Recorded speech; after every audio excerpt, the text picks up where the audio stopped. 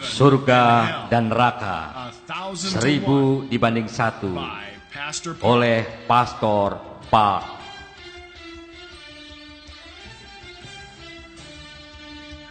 Di tahun 1987, Pastor Park meninggal karena tekanan darah tinggi.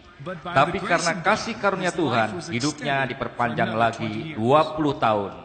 Walaupun begitu, selama 4 tahun setelah itu, ia tidak dapat berbicara karena keadaannya. Umurnya sekitar 50 tahun ketika ia dihidupkan kembali. Pada waktu kematiannya, Tuhan menunjukkan kepadanya surga dan neraka. Saya ingin memberitahu Anda, jika Anda sombong, Anda mengutuki diri Anda sendiri. Saya mempunyai gereja yang sangat besar dengan 5.000 jemaat. Namun saya ditegur Tuhan karena kesombongan saya. Sekarang saya takut akan Tuhan. Saya dulu memiliki properti seharga 150 juta US dollar. Saya mempunyai 5 mobil mewah. Namun setelah pengalaman kematian saya menjual semuanya. Ingat bahwa keselamatan tidak bisa dibeli dengan apa yang kita punya, tapi dengan iman. Dan sekarang saya berbicara dengan diakan seorang pemimpin gereja lain untuk melayani semua pastor dengan sepenuh hati. Pada tanggal 19 Desember 1987, setelah saya selesai makan siang dan sedang beristirahat, tiba-tiba saya mulai merasa begitu kesakitan, begitu menyakitkan hingga saya kira saya akan mati. Lalu saya kehilangan kesadaran. Dan saya terbangun 4 bulan kemudian dalam keadaan lemah. Dan dokter saya berkata bahwa saya akan meninggal pelan-pelan. Seluruh badan saya sakit semua dan tidak dapat digerakkan.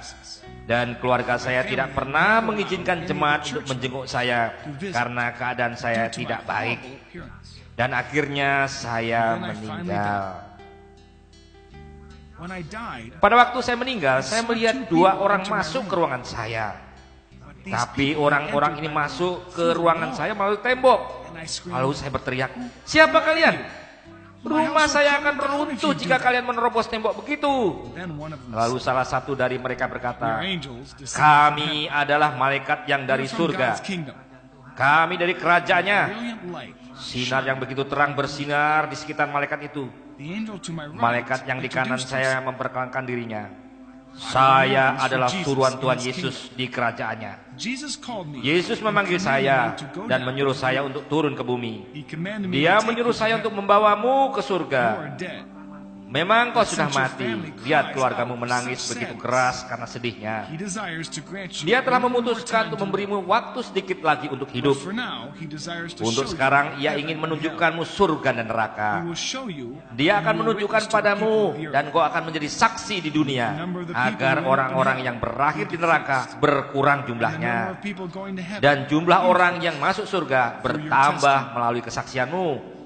Ini akan menjadi misimu, dan Tuhan menyuruh kami agar tidak menunda-nunda. Tapi jika engkau menunda, engkau tidak akan bisa mengunjungi surga dan neraka. Dan malaikat di kiriku berkata, "Dari sejak kamu lahir hingga kamu mati, saya telah bersama-sama kamu." Waktu itu saya tidak mengerti apa yang malaikat itu bicarakan. Tapi sekarang saya mengerti, malaikat itu adalah malaikat penjaga saya. Saya tidak bisa pergi, saya nggak mau pergi. Saya seorang pastor, saya tidak bisa bertemu Tuhan dengan keadaan seperti ini. Saya mau dalam keadaan sehat. Saya mungkin bisa mendapatkan lebih banyak teguran daripada pujian dari Tuhan, karena saya begitu sombong dan sekarang saya terkutuk dan sakit. Bagaimana saya bisa masuk ke surga? Saya begitu takut. Tolong balik saja ke Tuhan dan minta Dia untuk menyembuhkan saya dulu dan kembali membawa saya ke surga melalui mimpi. Tolong minta belas kasihannya bagi saya. Tapi malaikat-malaikat itu tidak mendengarkan saya. Mereka melepaskan baju saya dan berkata bahwa baju itu terlalu kotor untuk dipakai di surga. Mereka lalu mengenakan gaun putih ke badan saya. Mereka mengambil tangan saya dan kami langsung terbang ke surga. Kami pergi melalui awan-awan dan waktu saya melihat ke bawah, saya melihat bumi semakin kecil. Mereka melepaskan saya di dekat jalan emas yang tidak berujung. Saya melihat terang yang begitu terang untuk dilihat langsung. Saya bertanya, dari mana asal terang itu? Itu dari surga, kata malaikat itu. Wow, itu terang sekali. Saya melihat sekumpulan orang dengan gaun putih. Siapa mereka? Tanya saya. Mereka adalah orang-orang yang melayani Tuhan dan percaya pada Tuhan dengan menuruti perintahnya, dengan bimbingan Roh Kudus dengan sepenuh hati. Tubuh mereka telah mati di bumi. Sekarang mereka adalah jiwa-jiwa yang menuju surga. Malaikat yang lain melanjutkan, ada 12 gerbang di surga. Saat jiwa yang diselamatkan masuk surga, mereka harus masuk melalui salah satu pintu gerbang itu. Saat itu kami sedang berdiri di gerbang selatan, namun gerbang itu tertutup. Lalu saya bertanya, malaikat, mengapa pintunya tertutup? Malaikat itu menjawab, karena kamu tidak menyanyikan lagu penyembahan di surga. Malaikat, saya adalah orang yang begitu sombong, sehingga saya terkena penyakit ini. Saya tidak terlalu bisa menyanyi lagu penyembahan di bumi. Bagaimana saya bisa menyanyi penyembahan di surga jika saya tidak pernah mendengar sebelumnya? Kamu benar. Tapi kamu tetap harus menyiapkan diri untuk menyembah. Engkau orang sombong, tapi bersiaplah untuk menyanyi. Lalu malaikat itu menyanyikan sebuah lagu dan saya mengikuti. Itu mengalir dan kami masuk. Surga sungguh tidak bisa dijelaskan dengan kata-kata yang ada di bumi. Saya berkata, Tuhan, terima kasih banyak. Walaupun saya orang yang sombong, tapi Engkau tetap membawa saya masuk surga dan membawa saya jalan-jalan. Lalu saya mendengar suara Tuhan. Pastor Park yang saya kasihi, saya menyambut Engkau karena Engkau telah melewati perjalanan yang panjang ke sini. Suara Tuhan begitu penuh kasih dan lembut. Saya menjawab sambil menangis. Saya berkata, Tuhan. Lalu malaikat-malaikat itu segera berkata, kamu sudah menjadi pastor selama 20 tahun. Tidakkah kamu membaca Alkitab? Tidak ada tangisan di surga. Tolong berhenti. Saya bahkan tidak sanggup menangis. Lalu Tuhan memberiku 5 pertanyaan. Berapa banyak waktu engkau menghabiskan membaca Alkitab? Berapa banyakkah engkau memberi untuk persembahan? Berapa kali engkau menginjil orang? Apakah engkau memberi persepuluhan seperti seharusnya? Berapa banyak waktu yang engkau pakai untuk berdoa? Oh, aku tidak bisa menjawab pertanyaan yang terakhir. Tuhan menegur saya.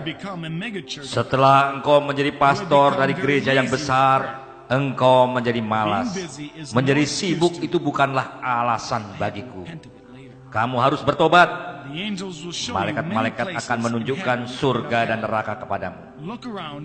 Pergilah, melihat sebanyak yang engkau mau. Engkau akan melihat bermacam-macam tempat di surga dan neraka. Lalu engkau akan hidup setelah engkau menyaksikan semuanya. Pertama-tama malaikat-malaikat membawa saya ke 3 tempat yang berbeda di surga. Di tempat pertama saya melihat anak-anak kecil tinggal bersama-sama. Tempat yang kedua adalah tempat di mana orang-orang dewasa tinggal. Dan tempat ketiga adalah tempat jiwa-jiwa yang hampir tidak masuk surga. Walaupun mereka akhirnya masuk surga juga, tapi mereka masuk surga dengan rasa malu. Banyak orang yang bertanya kepada saya tentang umur anak-anak itu. Mereka tampaknya seperti anak-anak yang masih di taman kanak-kanak. Dan mereka tidak seperti anak-anak yang kita biasa bedakan dengan gender. Setiap anak mempunyai malaikat yang menemani mereka di surga. Di surga kebanyakan jiwa-jiwa memiliki rumah mereka masing-masing. Walaupun begitu ada juga yang tidak memiliki rumah. Saya menjelaskan tentang itu lebih lanjut nanti. Dan lagi, anak-anak itu tidak mempunyai rumah. Lalu saya bertanya, anak-anak itu kan juga jiwa-jiwa. Mengapa mereka tidak mempunyai rumah mereka sendiri? Malaikat itu menjawab, sama seperti orang di dunia butuh bahan-bahan bangunan, kami di surga juga butuh bahan-bahan bangunan untuk membangun pembangunan di sini. Saat seorang melayani gereja dan yang lain melayani Tuhan, semuanya itu akan menjadi bahan-bahan bangunan untuk membangun rumah di surga. Saat bahan-bahannya sudah disediakan, malaikat-malaikat akan bekerja untuk membangun rumah itu. Anak-anak itu yang masih di bawah umur tidak sempat menyediakan bahan-bahan untuk membangun rumah mereka di bumi. Dengan kata lain, mereka tidak mendapat kesempatan untuk mendapat reward untuk menyediakan bahan untuk rumah mereka. Inilah mengapa mereka tidak mempunyai rumah di sini. Saya melanjutkan pertanyaan saya. Apa yang bisa saya lakukan di bumi agar saya bisa menyediakan lebih banyak bahan bangunan untuk rumah saya di surga? Malaikat-malaikat menjawab, ada 7 hal yang bisa kamu lakukan untuk menambah bahan-bahan untuk membangun rumah. Yang pertama adalah banyaknya waktu yang kau pakai untuk menyembah Tuhan. Yang kedua adalah waktu untuk dipakai membaca Alkitab. Yang ketiga, waktu yang dipakai untuk berdoa. Yang keempat adalah waktu yang dipakai untuk menginjili orang lain. Yang kelima, persembahan bagi Tuhan. Yang keenam, ketaatan persepuluhan untuk Tuhan. Dan yang terakhir, waktu yang dipakai untuk melayani gerejanya dalam bentuk pelayanan apapun. Ketujuh hal ini adalah hal-hal yang bisa menambah bahan-bahan untuk bangunan rumahmu di surga. Jika seseorang kurang melakukan sesuatu di dalam hal-hal ini, mereka akan tidak mempunyai bahan-bahan untuk membangun rumahnya di surga. Ada begitu banyak orang di surga yang tidak mempunyai rumah. Kebanyakan mereka adalah pendeta, pelayan-pelayan Tuhan, dan lain-lain. Karena penasaran, saya bertanya, lalu di mana anak-anak itu tinggal? Malaikat-malaikat itu menjawab, mereka tinggal di sini. Saat saya melihat sekitar, mereka sedang berkumpul di taman yang penuh bunga. Taman itu begitu indah dan wanginya tidak ada yang ada di dunia ini. Pemandangan itu tidak bisa dijelaskan dengan kata-kata. Tempat kedua yang saya kunjungi adalah untuk orang-orang dewasa yang setia.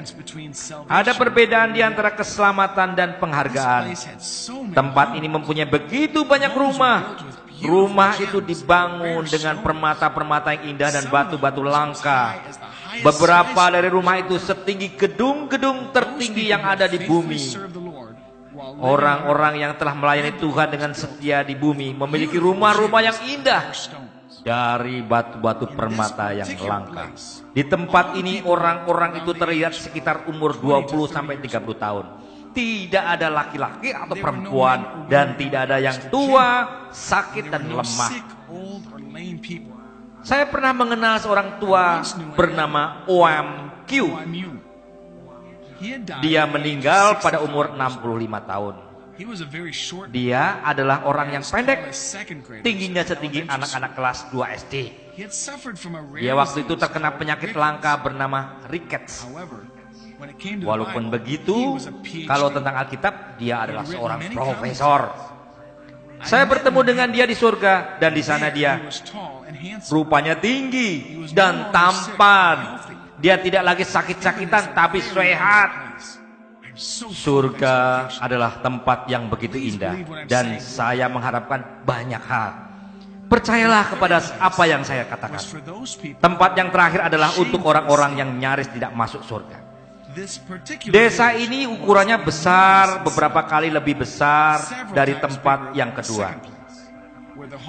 Saya naik kereta kuda emas ke sana dengan kecepatan yang sangat tinggi.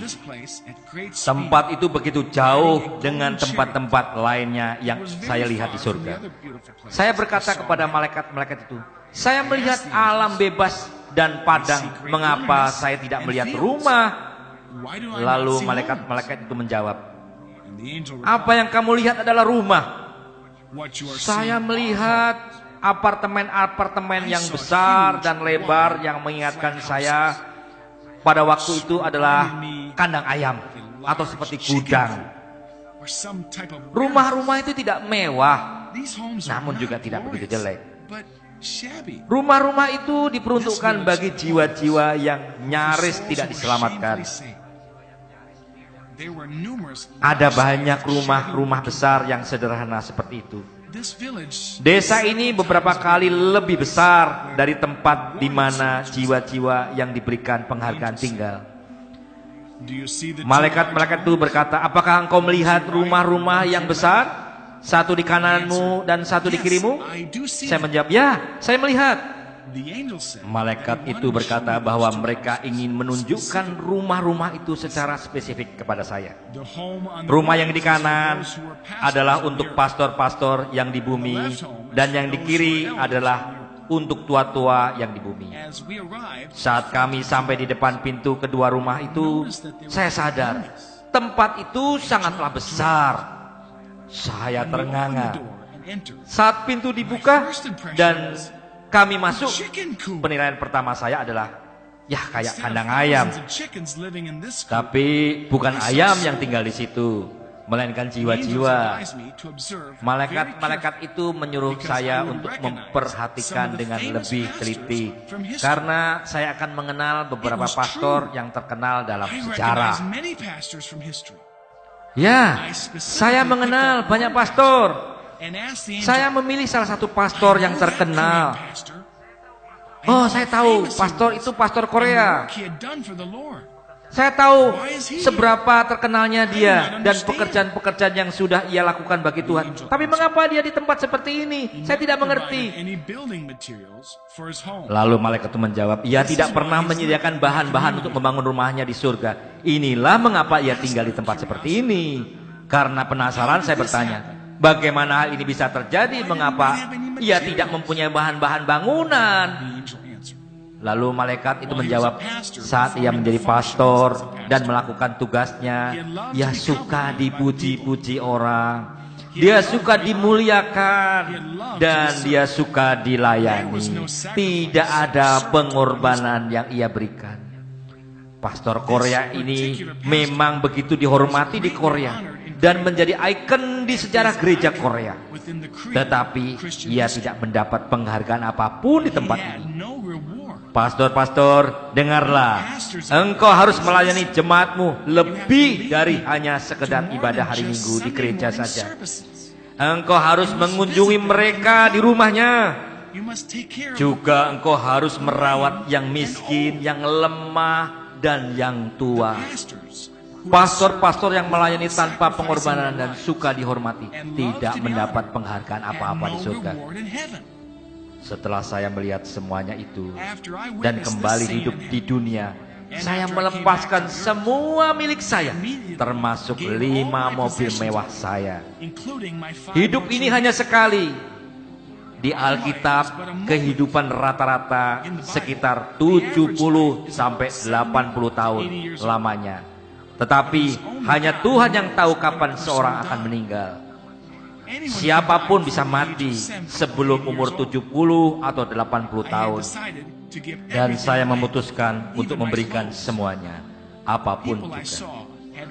Orang-orang yang saya lihat yang menerima keselamatan dengan malu tadi, ada pastor, pelayan Tuhan, dan ada yang lainnya. Ada begitu banyak pelayan Tuhan yang tinggal di rumah sederhana seperti kandang ayam itu.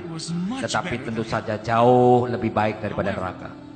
Walaupun begitu, mengapa juga orang mau masuk ke surga dalam keadaan seperti itu? Saya tidak akan pernah mau berakhir seperti itu di tempat ini. Bahkan bajunya saja pun begitu sederhana. Jadi apa yang bisa orang Kristen lakukan agar mempunyai rumah yang indah di surga? Yang pertama, kita harus menginjil ke sebanyak mungkin orang yang bisa kita injili.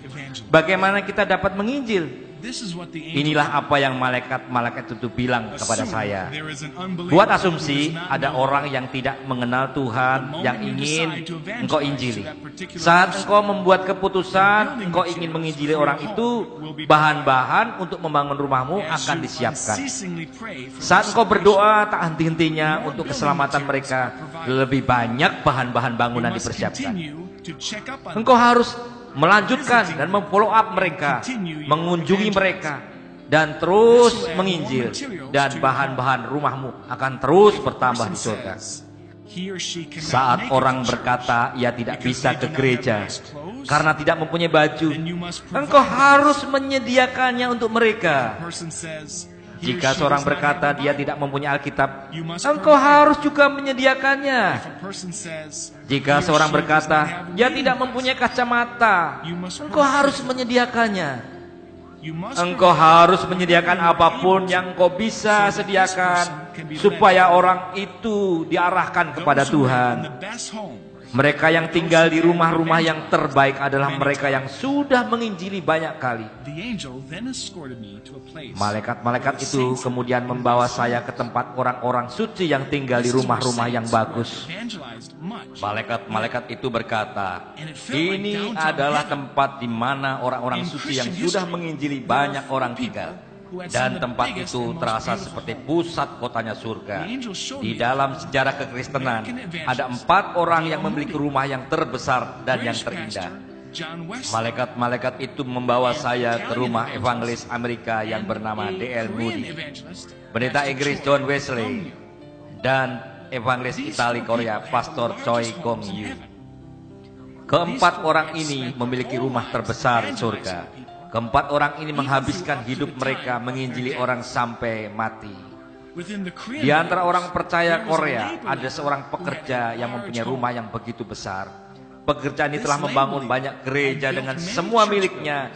Dia telah memberikan 3.000 kantong beras kepada yang miskin. Dia secara diam-diam telah membantu banyak pastor dalam hal keuangan. Dia membantu banyak murid belajar teologi atau mendanai sekolah mereka. Dia juga mengambil seorang pastor tua ke rumahnya dan merawatnya saat gerejanya sendiri mengusirnya. Saya mendengar seorang malaikat berteriak, bahan-bahannya sedang dipersiapkan.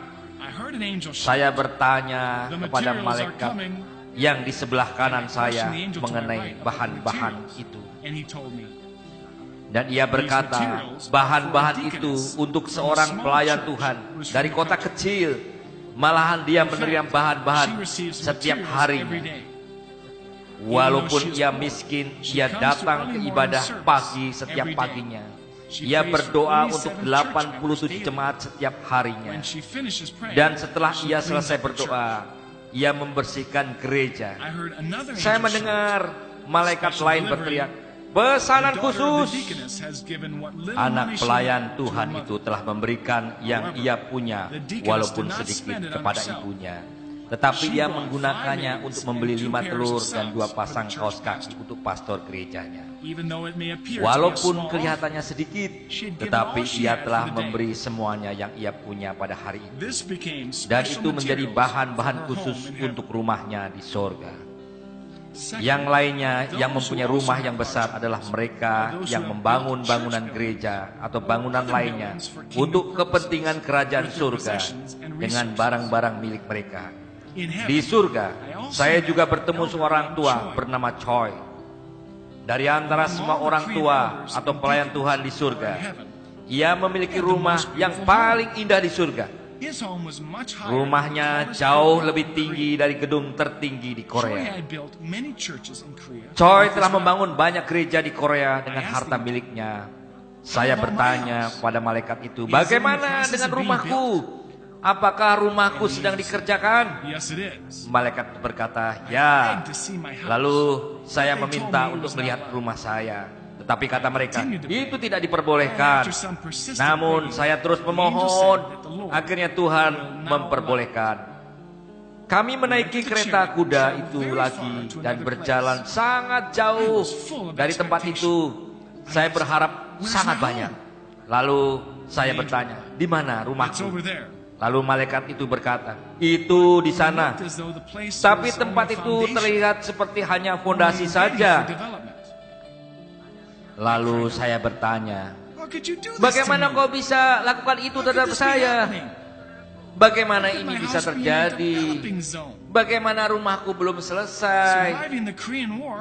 Padahal setelah selamat dari perang di Korea, saya menjual rumah saya sendiri untuk membangun gereja yang kemudian berkembang untuk 5.000 jemaat. Dan saya menulis banyak buku yang diinspirasikan Roh Kudus. Salah satunya menjadi bestseller. Dan dengan buku dari penjualannya, saya membangun sekolah-sekolah Kristen, sekolah-sekolah yang menghasilkan 240 pastor. Saya memberikan 400 beasiswa untuk murid-murid yang miskin. Saya membangun rumah untuk janda-janda. Semuanya ini mengeluarkan banyak dana. Jadi bagaimana bisa terjadi? Mengapa rumah ini belum selesai? Saya sangat kecewa. Malaikat itu menjawab saya, engkau tidak layak untuk tinggal di rumah yang indah di surga, karena engkau telah ditinggikan orang banyak sekali. Setiap kali engkau melakukan hal yang baik, engkau dipuji orang, engkau bahkan dihormati oleh berita-berita setempat. Maka dari itu pekerjaanmu adalah sia-sia. Saya melihat rumah saya dan letaknya ada di sekitar 3 rumah lainnya. Hanya ada 3 lantai. Rumah itu memiliki banyak ruangan kecil di 2 lantai pertama. Saya bertanya kepada malaikat-malaikat itu, mengapa saya memiliki banyak ruangan-ruangan kecil? Malaikat-malaikat itu menjawab bahwa ruangan-ruangan ini adalah untuk anak-anak saya. Padahal saya hanya memiliki 4 anak. Malaikat itu menjawab, bukan. Mereka bukan untuk anak-anak duniamu, tetapi untuk orang-orang yang engkau injili dan sudah diselamatkan. Oh, lalu di mana ruang tidur saya? Malaikat itu berkata bahwa ruang tidur saya ada di atap, dan itu mengusik saya. Ruangan saya bahkan belum selesai. Dengan nada marah saya berkata, ini sangat kecil, mengapa hal seperti ini susah untuk diselesaikan? Malaikat-malaikat itu menjawab, engkau bahkan belum mati, kami tidak dapat menyelesaikan rumahmu, karena kami tidak tahu apakah akan ada lebih banyak lagi bahan-bahan yang akan datang. Apakah engkau mengerti? Lalu saya melihat 2 sertifikat tergantung di dinding kamar saya. Lalu saya membacanya. Sertifikat pertama menjelaskan bahwa saat saya berumur 18 tahun, saat saya tinggal di panti asuhan, pada perjalanan pulang dari gereja, saya melihat seorang tua kedinginan di pinggir jalan. Saya melepaskan jaket saya dan memberikannya, dan itu membuahkan penghargaan di surga. Sertifikat yang kedua menjelaskan insiden yang sama, namun kali ini untuk membelikan roti dengan uang sedikit yang saya punya untuk orang tua itu. Jumlahnya bukanlah masalah, tetapi tindakan itu disertai dengan ketulusan hati. Kami lalu meninggalkan tempat itu. Dalam perjalanan, malaikat itu bertanya, apakah kamu sedih? Aku akan memberitahu kamu bagaimana caranya membangun rumah yang indah. Tuhan berkata bahwa saat kamu kembali ke bumi, kamu harus memberitahu orang-orang tentang surga dan neraka seperti yang telah engkau saksikan. Kedua, Tuhan ingin engkau membangun sebuah tempat untuk pengumpulan evangelis-evangelis wanita yang sudah tua, juga pastor-pastor yang tidak mempunyai tempat tinggal. Jika engkau benar-benar melakukan hal ini, engkau akan mempunyai rumah yang indah di surga. Saatnya mengunjungi neraka. Kedua malaikat itu kemudian membawa saya ke neraka. Dan dia berkata, sekarang engkau akan mengunjungi neraka. Engkau tidak akan menyangka keburukannya neraka. Saya terus berteriak, tempat ini sangat besar. Tempat ini sangat besar. Ini adalah tempat untuk jiwa-jiwa yang dihukum untuk selamanya. Rasanya neraka 1000 kali lebih besar daripada bumi. Setengah dari neraka berwarna merah dan setengah lainnya berwarna hitam kelam. Lalu saya bertanya, kenapa bagian itu berwarna merah? Dan malaikat itu menjawab, tidakkah kamu tahu sebagian itu sulfur yang terbakar dan sisanya adalah kegelapan yang terbakar? Saat seorang berdosa dan berakhir di sini, mereka akan disiksa dari kedua sisi. Ada begitu banyak gereja-gereja di dunia dan gereja-gereja itu dipenuhi banyak orang. Walaupun begitu, kebanyakan dari mereka bukanlah orang Kristen yang benar. Mereka hanya tukang absen di gereja. Gereja yang sesungguhnya akan percaya akan adanya surga dan neraka. Kehidupan banyak orang Kristen berantakan karena mereka tidak benar-benar percaya akan adanya surga dan neraka. Saat satu jiwa masuk surga, 1000 jiwa masuk neraka. Perbandingan antara surga dan neraka adalah 1000 dibanding 1. Saya adalah pendeta yang cukup terkenal dan saya lulus dari salah satu sekolah teologi terbesar di Korea. Namun saya tidak pernah percaya akan cerita-cerita tentang surga dan neraka. Tetapi sekarang sayalah yang menulis cerita itu untuk bersaksi. Walaupun engkau orang Kristen, jika kamu hidup menurut kehendak setan, engkau akan berakhir di neraka ini. Tempat pertama yang saya lihat adalah sulfur terbakar. Engkau tidak bisa bayangkan betapa panasnya api neraka. Tidak seorang pun sanggup menahan panasnya. Orang-orang di neraka menyebut dengan 3 alasan. Ini terlalu panas dan saya akan mati. Yang lain berkata, saya sangat haus dan saya pasti mati. Dan yang ketiga, engkau akan mendengar banyak orang meminta air. Ini abadi. Banyak orang berkata bahwa kita bebas di dalam Kristus dan mereka hidup sesuai dengan keinginan mereka. Saya bertanya kepada malaikat-malaikat itu, mereka yang di sini, apa yang telah mereka perbuat? Dan malaikat-malaikat itu menjawab, grup pertama adalah mereka yang tidak percaya. Jadi kita harus segera menginjili keluarga kita sendiri supaya mereka segera bertobat. Malaikat itu lalu melanjutkan, grup yang kedua adalah mereka yang belum percaya Kristus namun tidak bertobat dari dosanya. Kita harus bertobat dari dosa kita dan mengaku di hadapan Tuhan. Kita jangan berdosa sekedar mengaku saja. Bukanlah pertobatan itu. Dengan kesungguhan hati kita harus bertobat. Saya banyak melihat orang-orang Kristen di neraka, termasuk melihat banyak pastor, orang-orang tua dan pelayan-pelayan Tuhan di neraka. Lalu saya bertanya kepada malaikat-malaikat itu, saya tahu mereka semua. Mereka telah meninggal beberapa waktu yang lalu.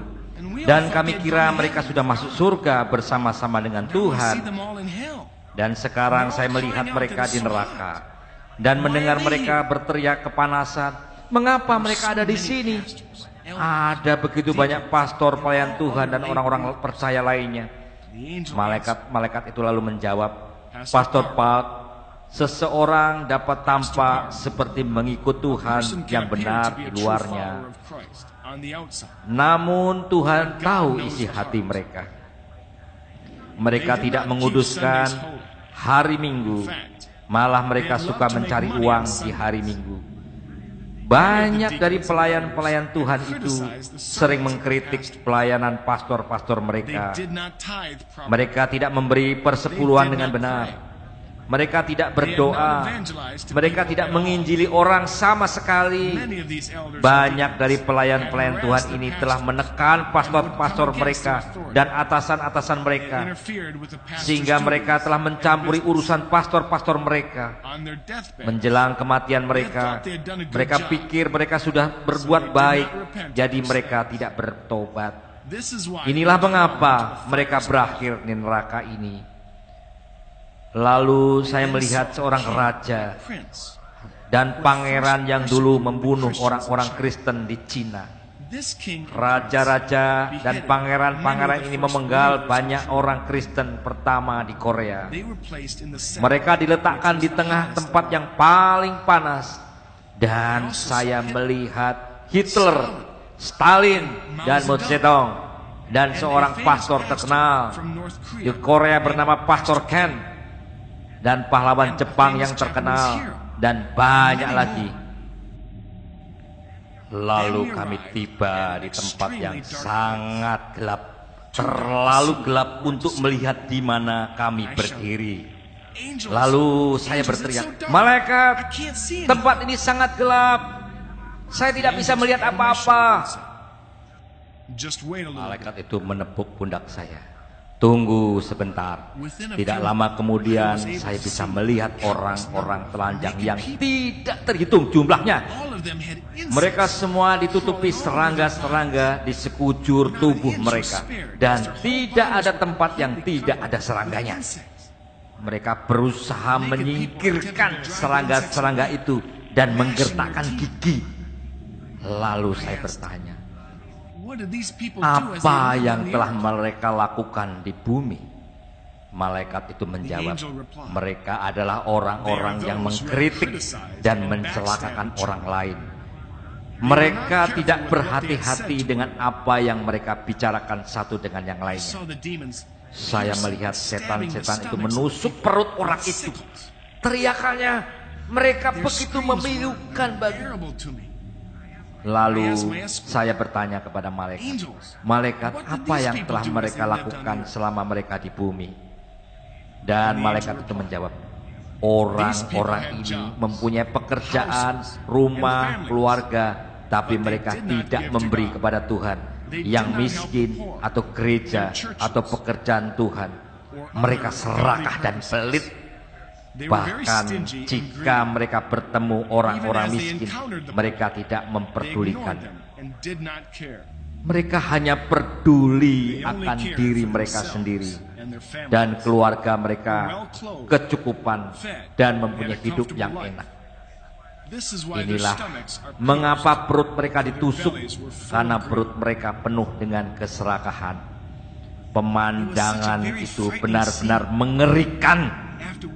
Setelah menyaksikan hal itu, saat saya kembali ke bumi, saya memberikan semua uang saya dan milik saya kepada orang lain.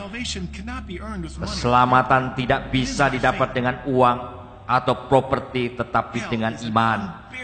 Neraka sungguh-sungguh tempat yang menyiksa. Neraka adalah penyiksaan kekal.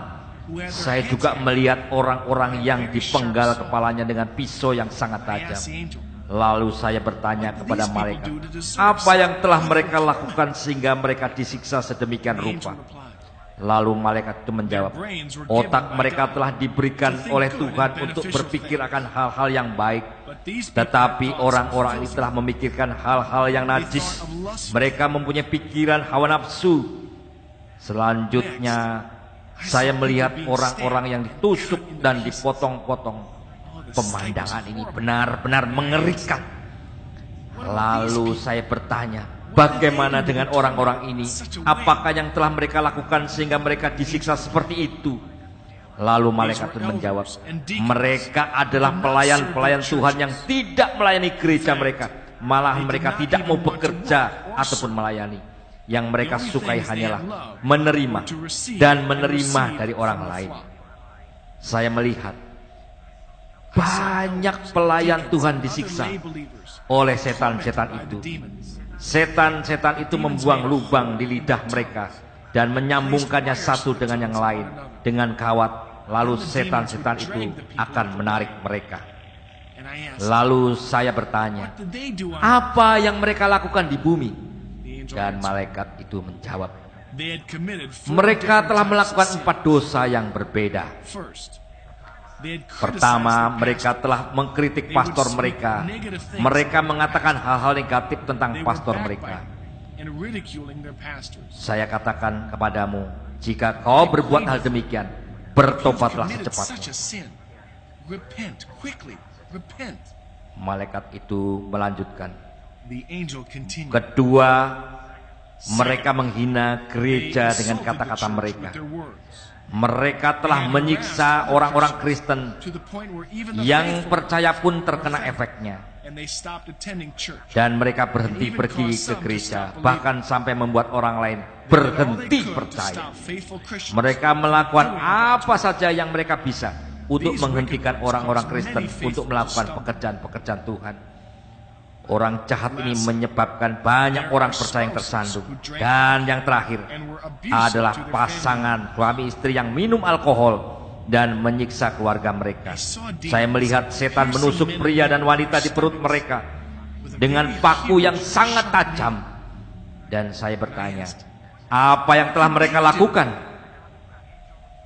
Lalu malaikat itu menjawab, ini adalah pria dan wanita yang hidup bersama-sama namun tidak menikah, yang telah aborsi karena mereka telah hamil.